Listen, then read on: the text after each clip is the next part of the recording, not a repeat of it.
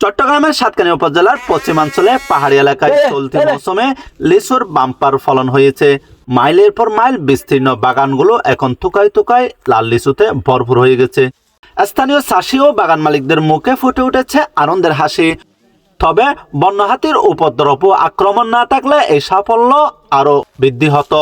পশ্চিমের পাহাড়ে মহান আল্লাহ তাআলার দেওয়া শ্রেষ্ঠ নিয়ামত হচ্ছে এখানে কৃষকদের বাম্পার ফলন। এবছরের লিচু মাশাআল্লাহ, আম লিচু প্রশিক্ষণের মাধ্যমে যদি অ্যাডভান্স করা যায় এখানের ফলনটি দ্বিগুণ হবে, স্বাস্থ্যসম্মত হবে।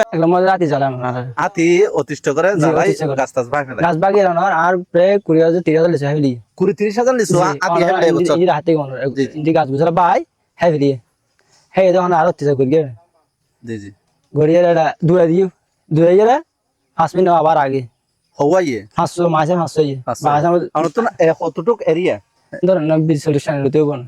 স্থানীয় চাষীদের সাথে কথা বলে জানা যায় চলতি বছরে সাতকানিয়া মাদার্সা ও কাঞ্চানা সহ পশ্চিমের পাহাড়ি এলাকায় অনুকূল আবহাওয়ার কারণে লিচুর আকার ও স্বাদ চমৎকার হয়েছে। গুণগত মান ভালো হওয়ায় বাজারও ব্যাপক চাহিদা তৈরি হয়েছে। এই পাহাড়ি লিচু বাগান থেকে বিক্রি হচ্ছে প্রতিদিনই।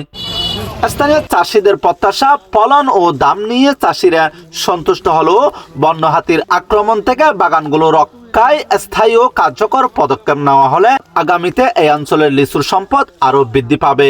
SM. Saiful Islam, news Chittagong TV.